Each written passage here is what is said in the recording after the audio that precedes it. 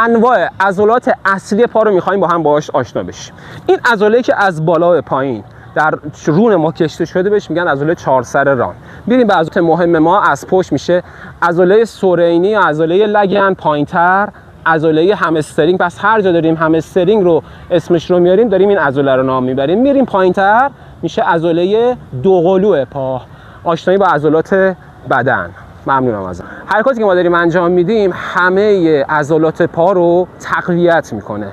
مثلا در ابتدا حرکاتی که میخوایم انجام بدیم حرکاتی مثل این حرکت هست یا این حرکت. ما تو این حرکت داریم همه عضلات رو همزمان درگیر میکنیم. هر کسی که میتونه توی خونه یا توی پارک این حرکت رو با ما حتما انجام بده. حرکات دیگه ای داریم مثل این حرکت که زانو داره میاد بالا. دقت کنه به پای من داره عضله سورینی.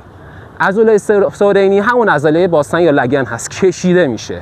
ما با این کار داریم این عضله رو تقویت میکنیم. وقتی داره میاریم بالا همزمان داریم عضله همسترینگ رو هم میکشیم که کمک میکنه به قدم گذاشتن و حرکت کردن.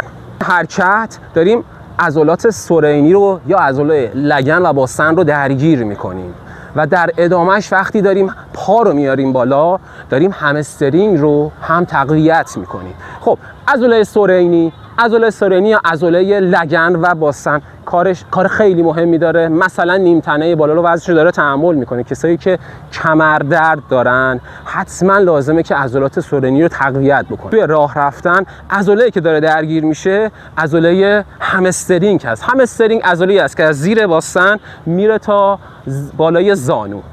در ادامه شما عضلات دوقلو پات داره درگیر میشه. تو تمام حرکاتی که ما داریم انجام میدیم، چه از سمت چپ و راستی که داریم انجام میدیم، چه حرکات ترکیبی که با هر دو تا پا هست، داریم همه این عضلات رو تقویت میکنیم. پس حتما با ما همراه باشید، هم توی خونه هم توی پارک همه حرکات رو حتی المقدور کامل انجام بدید.